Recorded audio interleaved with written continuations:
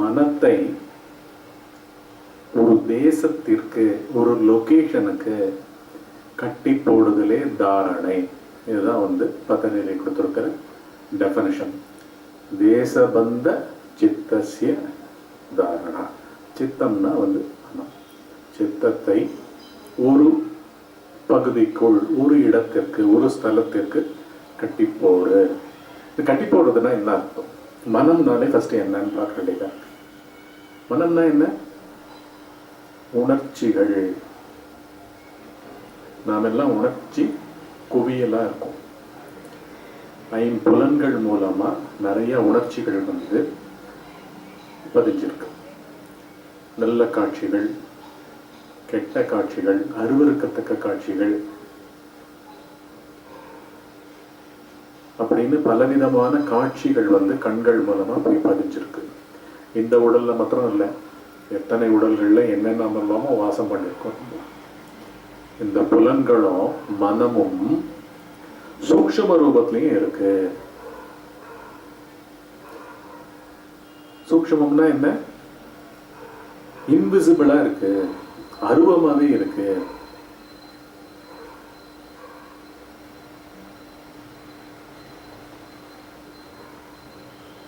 நுட்பமா எல்லாத்தையும் நீங்க கவனிக்கணும். இந்த உணர்ச்சிகள் எண்ண ஓட்டங்களா வருது, உள்ளுக்குள்ள காட்சிகளா வருது, புறத்திலையும் நம்ம புலன்கள் மூலமா வெளியில வரும். ஒரு பர்டிகுலர் புக்கை தேடிட்டு போனோம்னா கடையா போறது முதற்கொண்டு, அந்த பர்டிகுலர் புக்கு எங்க கிடைக்கும்ன்ற ஐடியா ஃபார்ம் ஆகுது முதற்கொண்டு, அனுபவங்கள் மூலமா, பழைய அனுபவங்கள் மூலமா. அப்புறம் அந்த புஸ்தகத்தை இந்த மாதிரி கடையில கிடைக்கும் அப்படின்னு சொல்லிட்டு அவ்வளவு தூரத்துக்கு டிராவல் பண்றதுல இருந்து, எல்லாத்தையும் கடந்து போறதுல இருந்து, அப்ப நாட்டம் மெயின் நாட்டம் அந்த புஸ்தகத்து மேல இருக்கு. ஸோ இது புற உலக நாட்டம். புற உலகம்னா என்ன? உடலுக்கு வெளியில இருக்கிற உலகத்துல நம்ம வச்சுருக்கிற நாட்டம். கண்கள் மூலமா, காதுகள் மூலமா, சுவைகள் மூலமா, 5 புலன்கள் விஷயங்கள் அத்தனையிலையும். இதை தவிர சிந்தித்தல் மூலமா புலன்கள் நம்மளை கட்டி போட்டு வச்சிருக்கு. பழைய காட்சிகள் மனந்தோறும் விதை ரூபத்துல பதிஞ்சு கட்டி போட்டு வச்சிருக்கு. இப்படி கட்டி போட்டு வச்சிருக்கிற அதே காட்சிகளையும் அதே உணர்ச்சிகளையும், பலவிதமான உணர்ச்சிகள், அது ஒலி ரூபமாகவும் இருக்கலாம், சுவை ரூபமா இருக்கலாம், தொழுகை ரூபமா இருக்கலாம்.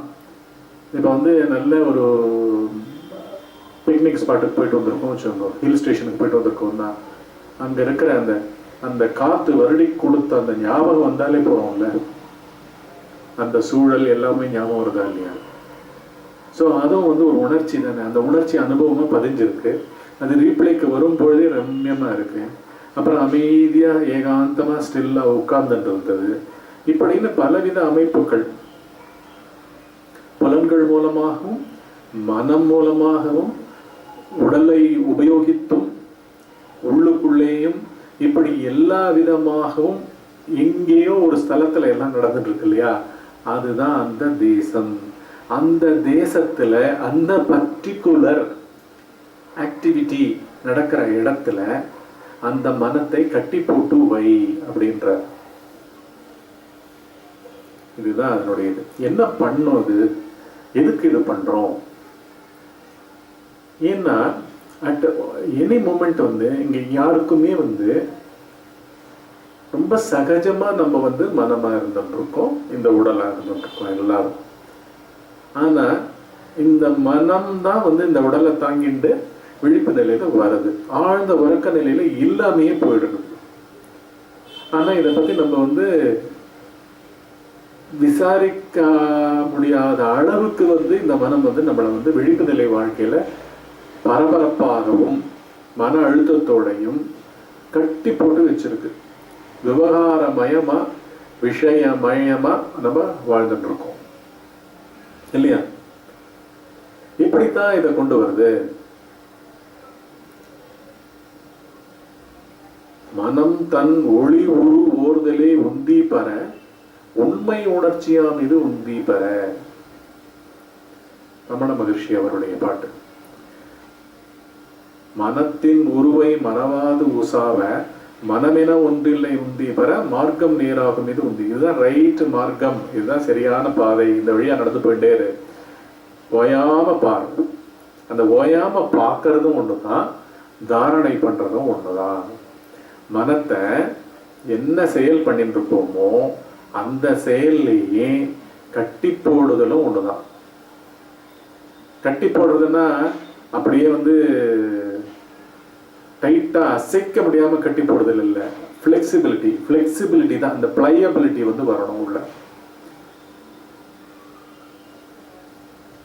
பிளை இருக்கணும், மைண்ட் மென்டல் பிளை இருக்கணும், வித்ரா பண்ணிக்கவும் தெரிஞ்சுக்கணும்.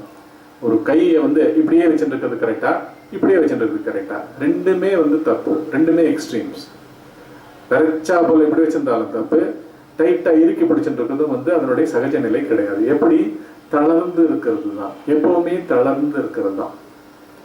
ஒரு ஆப்ஜெக்டை பிடிக்கணும்னா அது கெட்டித்தன்மையை பெறுகிறது, இருக்கும் தன்மையை பெறுகிறது.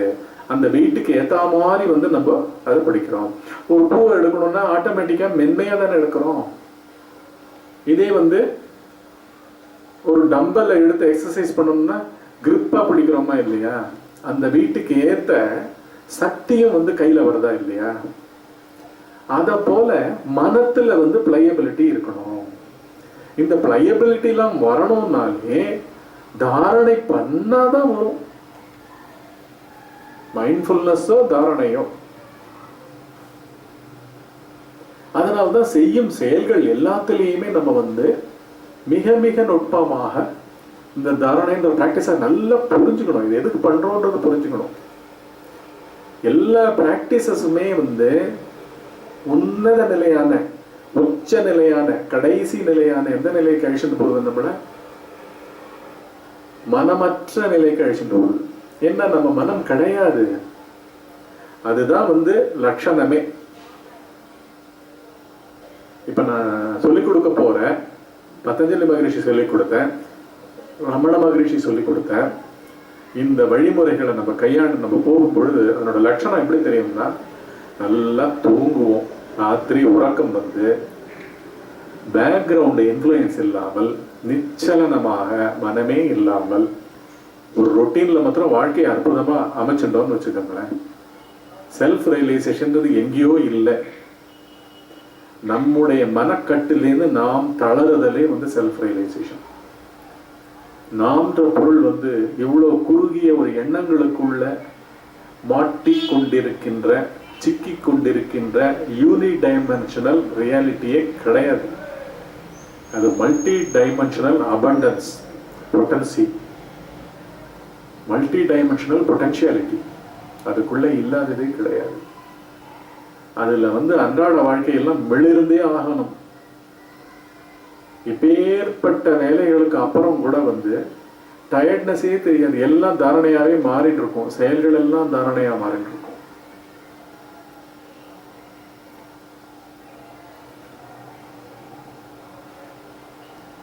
திருப்பி டெஃபினேஷனை பார்ப்போம். தேசபந்த சித்தசிய தாரணா அப்படின்றார். மனம்ன்ற ஸ்தலம் என்ன வேலைகள்ல மூழ்கி இருக்கோ அந்த வேலையையே, அந்த இடத்தையே, எந்த இடத்துல அது மூழ்கி இருக்கோ, எந்த செயல்ல மூழ்கி இருக்கோ அதையே, அதுலேயே அதை கட்டி போடு அப்படின்ற. எப்படி பண்றது? திருப்பி மனம்னா என்ன? நிறுத்த பிடிக்க முடியாத ஒரு பொருள். ஆனா அதுதான் நம்மளுடைய இந்த இகலோக வாழ்க்கையை நிர்ணயிக்கிறது. பின்னாடி ஒண்ணு இருக்கா இல்லையான்றதையும் விசாரிக்க விடாம பண்றது. அதுவே மகானாவும் மாத்துறது. அதை புரிஞ்சின்ற வாழ்க்கை வழி விட்டு அதுவே மகானாவும் மாத்துறது. இதுக்கு ரமண மகரிஷி ஒரு பாட்டு அற்புதமா சொல்லியிருக்கார், வழிமுறை. எழும்பும் அகந்தை எழுமிடத்தை நீரில் விழுந்த பொருள் காண வேண்டி முழுகுதல் போல் கூர்ந்த மதியால் பேச்சு மூச்சு அடக்கி கொண்டு உள்ளே ஆழ்ந்தறிய வேண்டும் அறி அப்படின்றார். கூர்ந்த மதி என்னெல்லாம் சித்திக்கும்ன்றது கூட அதில் வந்து சாதாரணமாக சித்திக்கும். ஒரு ஒரு குழந்தைக்கு வந்து நீங்கள் வந்து ஒரு பொம்மை வாங்கிட்டு வந்து கொடுக்குறீங்கன்னு வச்சுக்கோங்க, வீடு பூரா வந்து ஒரே விருந்தினர்கள் அவங்க 10 பேர் 15 பேர் உரத்த பேசிட்டு இன்வால்வ்டாக இருந்தால் கூட அது என்ன பண்ணும், அந்த பொம்மையை வாங்கிட்டு ஒரு தனியாக போயிடும், உட்காந்து அதை எக்ஸ்ப்ளோர் பண்ண ஆரம்பிச்சோம். அதோட 2 கலந்துடும். அந்த பொம்மையை வந்து தானாகவே பாவிக்கிற அளவுக்கு அந்த தானுன்ற அமைப்பு அதுக்குள்ள பூந்து கொண்டு அதுவாகவே மாறிவிடும். அதுலேயே ஆழ்ந்து கிடக்கும். பசி எடுக்காது, கூப்பிட்டா வராது, எதுவுமே தெரியாது, அந்நியமே இருக்காது, அதுலேயே மூழ்கிடும். அதை போல அவ்வளோ சகஜமாக இந்த தாரணை வந்து ஒவ்வொரு செயல்லையும் பண்ண போனால் இது ரொம்ப மென்மையான பிளேஃபுல்லாக பண்ண வேண்டிய ஒரு விஷயம். இதை கண்ணை விழிச்சுட்டே பண்ணலாம். சாதாரணமாக வந்து இப்போ நீங்கள் எக்ஸசைஸ் பண்ணிட்டு யோகாசனம் பண்ணுறவங்க இல்லாட்டி வாக்கிங் போகிறவங்க வாக்கிங் எல்லாத்துலேயுமே கொண்டு வரலாம். அது காமன் சென்ஸோட பண்ணணும். காமன் சென்ஸ்னா என்ன, நடந்து போயிட்டு இருக்கோம், காத்தால வாக்கிங் போகிறோம்னா ஒரு 10-15 அடி முன்னால் இருக்கிற இடம் வந்து நம்மளுக்கு வந்து நல்லா வந்து அதை தவிர பார்வையோ உள்ளுக்குள்ள மனம் வந்து நேற்றைய விஷயங்களை பற்றியோ காலையில் மனைவியோட பேசினதோ ஹஸ்பண்டோட பேசினதோ குழந்தைகளோட பண்ண வேண்டியதோ எந்த ஒரு இதுவும் பேக்ரவுண்டும் வேலை பண்ணாமல் அந்த வாக்கிங் உணர்ச்சி, உடல் உணர்ச்சி, இதை வந்து நான் இப்போ வந்து தாரணா வைல் வாக்கிங் அப்படின்ற ஒரு எக்ஸாம்பிளில் ஆரம்பித்து சொல்லிக் கொடுக்குறேன்.